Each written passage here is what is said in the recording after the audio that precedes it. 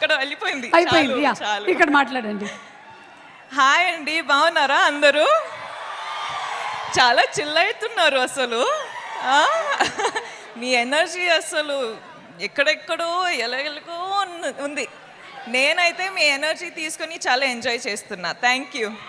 I love you. Okay, ఇప్పుడైతే ఒక matter చెప్పనా. నేను అందరం ప్రమోషన్ ఎక్కడో వెళ్ళినాం, కానీ నేను టీం గురించి ఎక్కడ చాలా ఎక్కువ మాట్లాడలేదు.